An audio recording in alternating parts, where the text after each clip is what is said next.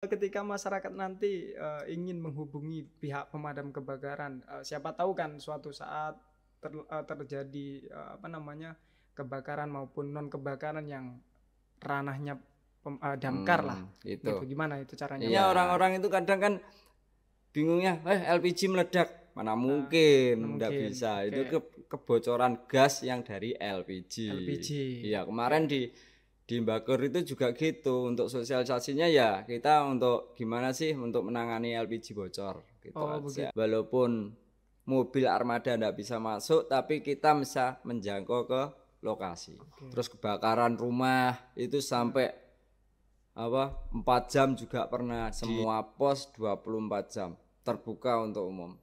Gratis. Untuk pelayanan kami semua itu layanan gratis, 0 rupiah.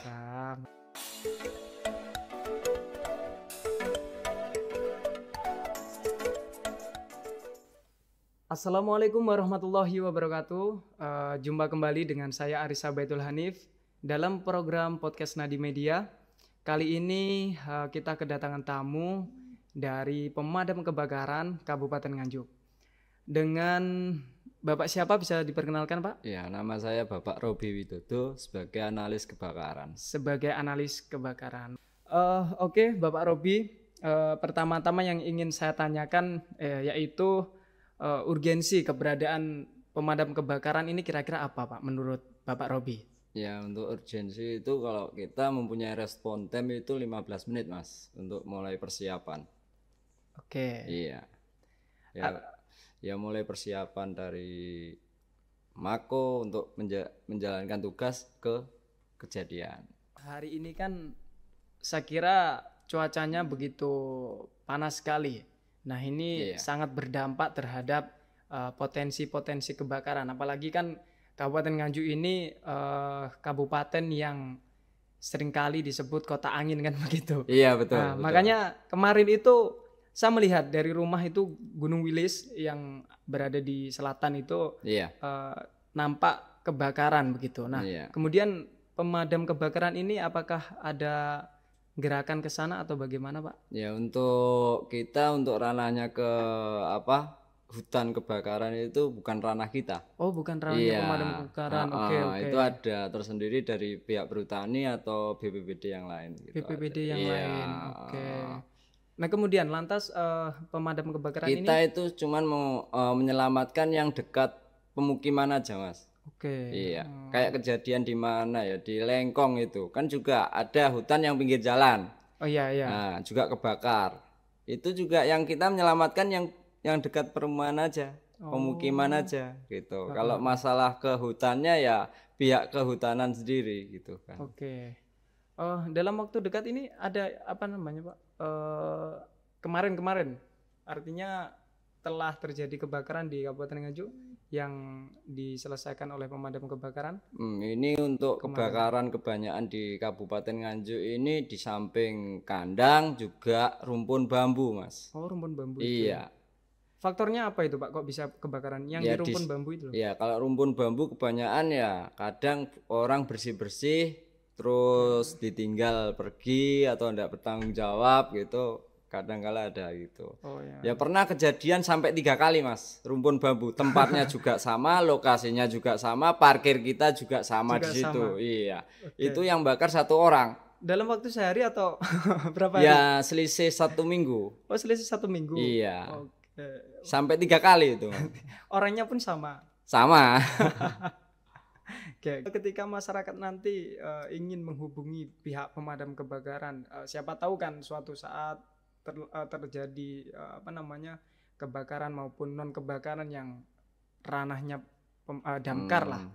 Kita via telepon aja. Kadang perangkat itu ngasih telepon ke anggota kami nge-share ada kebakaran atau ada sarang tawon atau gimana gitu. Biasanya gitu langsung masuk. Iya. Pasti langsung dilayani. Contohnya ini tadi. Oh ini. Nah ini tadi kan ada juga kebakaran di Selorojo Kepanjen, Panjen Utara. Iya Panjen Utara. Itu juga gitu, dari info dari anggota kami bahwa ada kebakaran di desa ini, kita langsung Oke. Sigap menanggapi, tindak lanjutnya langsung berangkat. Oke. Iya. Kebakaran apa itu, Pak? Yang Ini barusan tadi ya kandang. Oh, kandang juga. Iya. Oh. Ini malah ceritanya ini buat diang terus ditinggal ke pasar atau gimana? Nggak taunya, yang tahu tetangganya. Dikira itu meletus-meletus apa gitu loh. Apalagi kan angin juga itu. Iya, ini tadi kan deket pemukiman juga, padat penduduk. Di samping itu juga rumpun bambu. Juga angin dari arah selatan itu kan juga banyak yang sawah itu Mas. Oh iya. Nah, anginnya dari selatan ke utara. Oke. Tempatnya sebelah selatan. Otomatis berpotensi ya untuk apa namanya Ya menimbulkan untungnya ya percikan ini api. tadi ya cuman yang luka-luka cuman hewannya aja. Oh. Kasihan aku lihat hewannya. Iya. Kemudian Pak, apakah ada sosialisasi dari pemadam kebakaran? Artinya seperti yang tadi disampaikan Pak Robi kan, kandang, kemudian rumpun bambu dan lain sebagainya begitu. Kalau kandang kan ada diangnya itu, barangkali ada sosialisasi dari Damkar untuk masyarakat. Iya, kemarin itu sudah dilaksanakan sosialisasi di Desa Putren. Ya masalah rumpun bambu. Kemarin itu yang jadikan 3 kali itu. Oh iya, yang 3 kali. Yang tadi saya ceritakan 3 kali itu, yaitu di Desa Putren untuk sosialisasi kepada warga Putren juga di samping didampingi oleh Bapak Kepala Desa Putren juga gitu. Mengadakan sosialisasi gimana sih untuk menangani kebakaran. Gitu. Itu pun waktu sosialisasi apakah ketika ada kejadian atau di luar kejadian pun ada program sendiri begitu dari Damkar? Ini ada program sendiri. Kita pakai via surat nanti untuk ke desa tersebut kita lakukan gitu. Hampir menyeluruh berarti Pak ya di Kabupaten Nganjuk ini ya? Iya, hampir menyeluruh. Ya sudah dilaksanakan di Desa Putren sama di Mbagor kemarin tuh. Kalau di sekolah-sekolah? Di sekolah-sekolah kadang ya ada ini ya pengenalan kebakaran kecil lah untuk anak-anak TK, SD, gitu. Supaya ke depan itu kan nggak gampang panik kan begitu. Iya, apalagi kan kebanyakan kan ini perkenalan untuk kebakaran LPG, bukannya LPG yang meledak gitu. Nah, kan gitu orang itu kadang kan bingungnya, LPG meledak. Mana mungkin enggak bisa. Itu kebocoran gas yang dari LPG. Iya, kemarin di Mbagor itu juga gitu. Untuk sosialisasinya ya kita untuk gimana sih untuk menangani LPG. Begitu. Iya. Kepada masyarakat iya, kemarin ya sama Pak Lurah di Mbagor itu juga gitu. Ngomong-ngomong ini Pak tadi belum sepenuhnya dijelaskan terkait bagaimana ketika masyarakat itu ingin menghubungi pihak Damkar. Nah, ke nomor berapa, terus prosedurnya nanti bagaimana, apakah ada persyaratan dan lainnya begitu loh Pak? Ya, gimana Pak Robi? Untuk urgent untuk kebakaran Mas ya. Untuk kebakaran biasanya itu via telepon dari perangkat desa, nelpon dari anggota langsung masuk ke grupnya Damkar Nganjuk, nanti baru kita laksanakan. Untuk apalagi ya via telepon langsung kepala dinas atau saya sendiri nanti biar langsung kita laksanakan. Apalagi kalau kadang itu kalau laporan tawon contohnya ya, tawon itu dari perangkat ada yang dari kan kebanyakan untuk penanganan sarang tawon itu kan di daerah selatan, dari daerah Prambon. Pegunungan begitu? Enggak ada Mas, jangan. Ya pernah sih pegunungan itu di wilayah Sawan itu. Sawahan. Iya, pernah kejadian itu. Ya intinya untuk nomor damkarnya sendiri itu sudah ada barusan. Ini sudah sendiri. Nanti kayak kemarin itu di linknya Smart City kemarin kan ada loh itu pakai nomor saya sementara gitu loh. Begitu. Oke, baik. Berarti setiap desa itu pasti sudah mempunyai nomor-nomor sudah pihak terkait begitu. Iya, sudah dari anggota-anggota yang di wilayah Prambon atau di wilayah Rejoso utara selatan ada semua. Terus gini Pak, apakah suatu kejadian pernah artinya ada beberapa masyarakat yang meminta pertolongan, yang menghubungi damkar dan waktunya pun secara bersamaan. Langsung bersamaan. Iya, pernah nggak? Pernah. Nah itu gimana itu Pak? Itu kejadian kayak kemarin itu di mana ya? Di desa Campur Gondang. Oh, di Campur Gondang, Kecamatan Gondang ya? Iya, itu juga gitu. Langsung telepon. Ini ada ular ya. Di samping itu kan ada anggota yang siaga 2. Yang siaga 2 yang berangkat kami hubungi gitu. Iya. Berarti langsung bersamaan. Oh, bersamaan. Iya, di lain tempat tapi gitu. Kalau waktu kebakaran pernah, Pak? Pernah kejadian kebakaran, enggak satu tempat, langsung 3 tempat gitu. Langsung 3 pernah, tempat? Iya. Oke. Nah, terus bagaimana untuk mengatur timnya itu? Ya, timnya kan ada dibagi 3 pos ini, Mas. Oh, 3 pos. Iya, dari pos Nganjuk sendiri di Mako Jalan Darmojoyo, terus di Warojayang juga ada, terus di pos Lengkong juga ada, tempatnya di kecamatan. Di kecamatan, dekatnya kecamatan itu. Iya, jadi satu lingkupnya kecamatan. Oke. Itu nanti kan dibagi per wilayah. Untuk wilayah Lengkong ini wilayahnya ini sampai ke selatan, sampai ke Kertosono atau mana, terus utaranya sampai Lengkong, Jatikalen, terus ke baratnya sampai Rejoso. Oh, sampai Rejoso, berarti ada korwilnya sendiri iya lah, gitu. Makanya kan kita berdiri untuk 3 pos ini. Nanti umpama tahun depan kita selesaikan ya mungkin sampai jadi 5 pos, Mas. Oh, 5 pos. Iya. Itu di mana saja rencana itu, Pak? Ini rencana kalau ya di Loceret sama di Pace tambahannya. Oh, Loceret sama di Pace. Iya, untuk Loceret itu kan ranyanya ke selatan. Iya, dari Brebek, Sawahan, Ngetos. Gitu.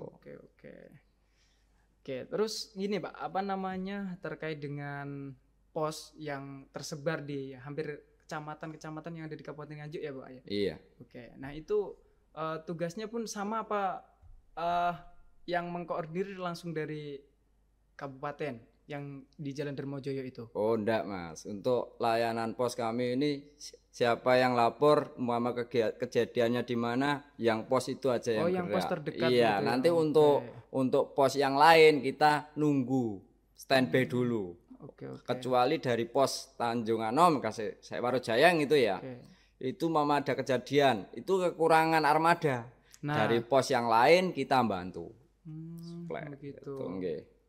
Nah ini ngomong-ngomong armadanya Pak, berapa yang sudah ada di seluruh Kabupaten Nganjuk ini? Ini yang jalan 1, 2, 3, 4 armada. 4 armada. Iya, 4 armada yang 2 di Mako.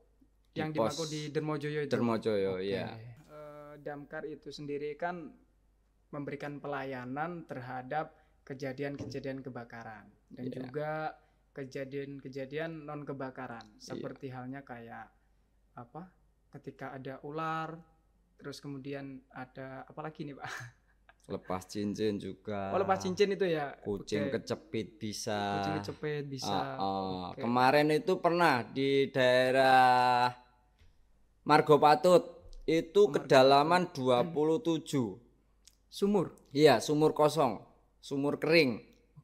Itu kita kerjasama dengan BPBD Mas. Iya.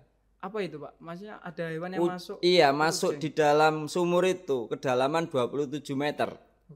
Iya, kemarin itu juga membantu, akhirnya ya dari pihak BPBD ya kita jalani semua, langsung berdua berjalan langsung lancar. Damkar ini memang dididik harus selalu siap sigap suatu saat ketika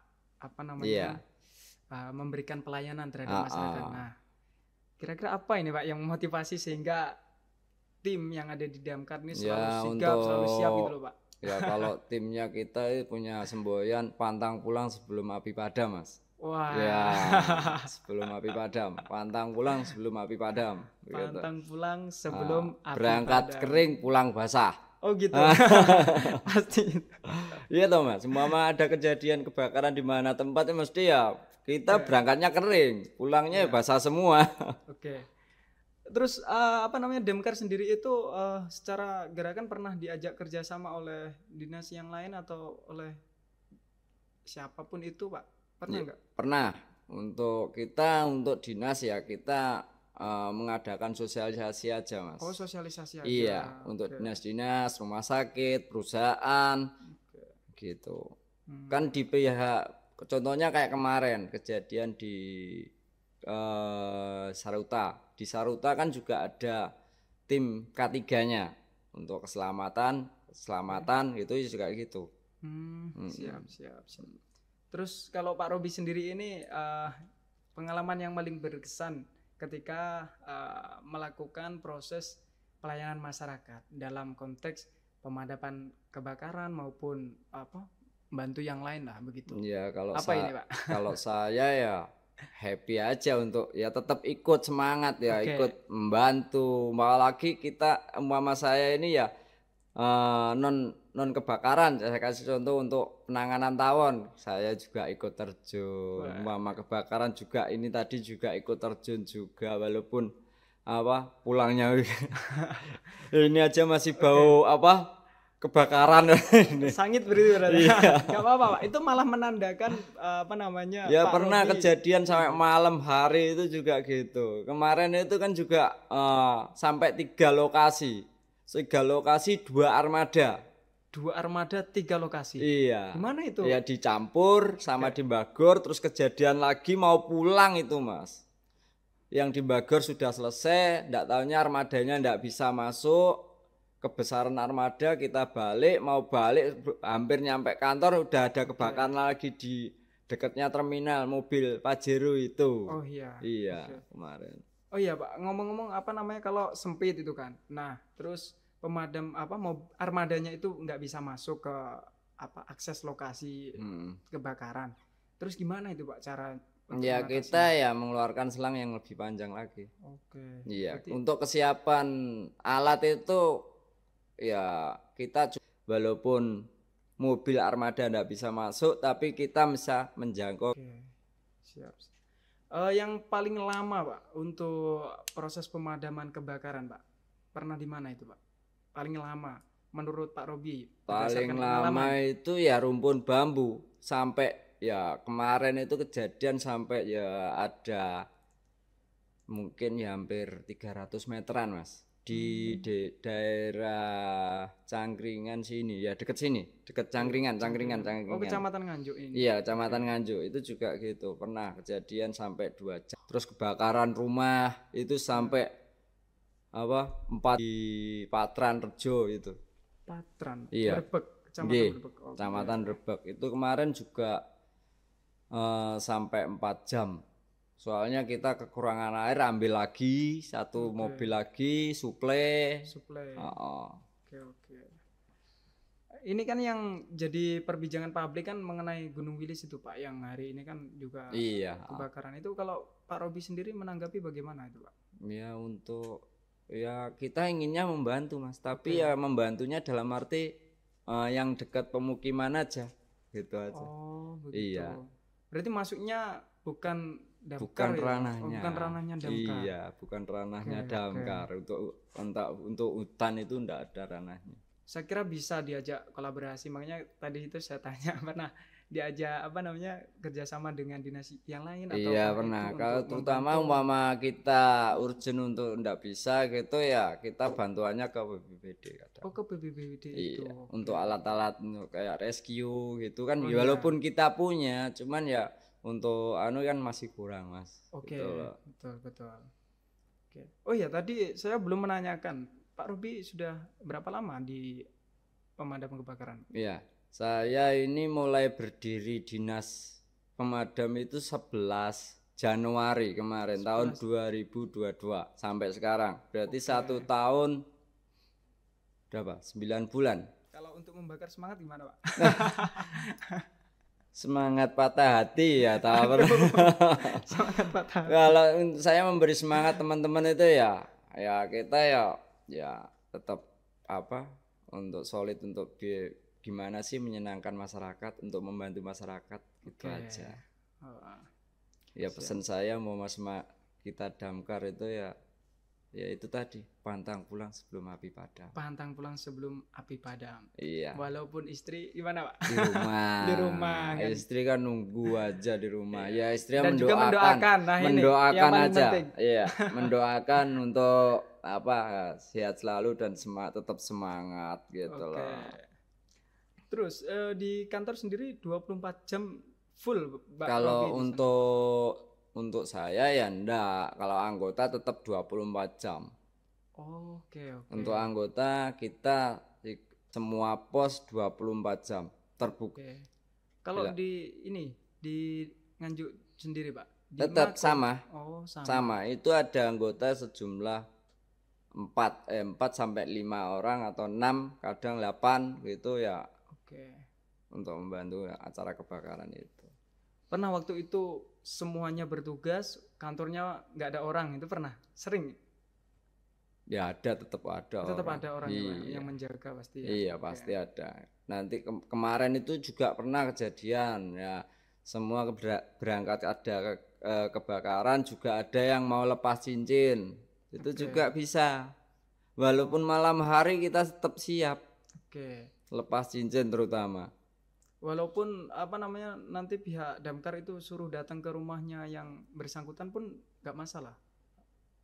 Untuk melepaskan cincin itu ya, atau yang lain? Ya, atau yang lain lah. Kalau yang lain itu kalau melepas cincin kadang itu orangnya yang datang. Orangnya datang ke kantor. Iya, orangnya yang datang. Kecuali kalau ada kegiatan kebakaran sarang tawon kita datang.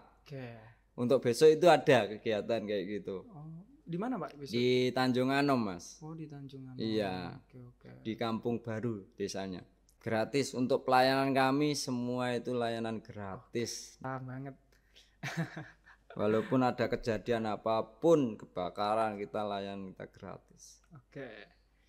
Oke, barangkali itu Pak Robi yang bisa kita sampaikan atau kita tanyakan. Siap. Nah, barangkali Pak Robi bisalah menyampaikan pesan kepada sahabat-sahabat Nadi yang ada di rumah atau dimanapun berada terkait dengan pentingnya untuk menjaga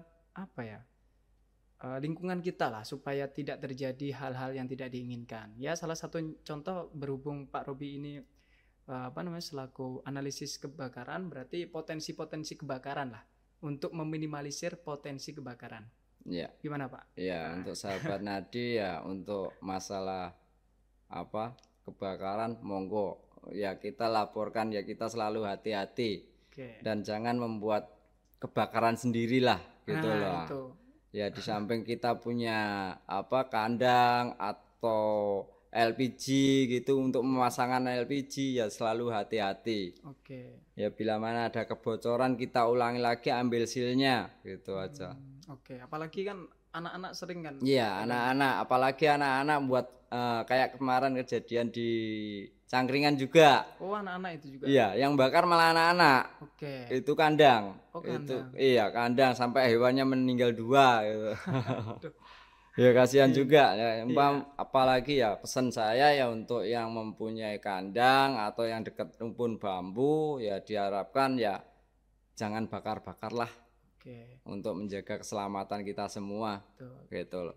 Apalagi ini kan musim kemarau juga anginnya juga deras banget. Luar biasa.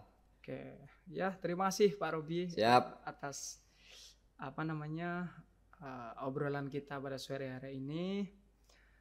Oke, sahabat Nadi Media, barangkali itu yang bisa kita sampaikan dalam program podcast Nadi Media. Saya Arisa Baitul Hanif dan juga beliau Bapak Robi Widodo selaku analisis kebakaran di Pemadam Kebakaran Kabupaten Nganjuk, menemani sahabat-sahabat semuanya.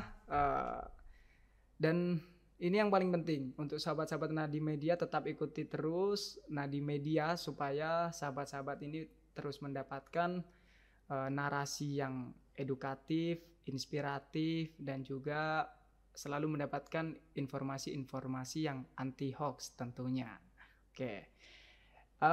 Saya Arisa Baitul Hanif dan Bapak Robi Widodo dari Pemadam Kebakaran pamit undur diri. Wassalamualaikum warahmatullahi wabarakatuh.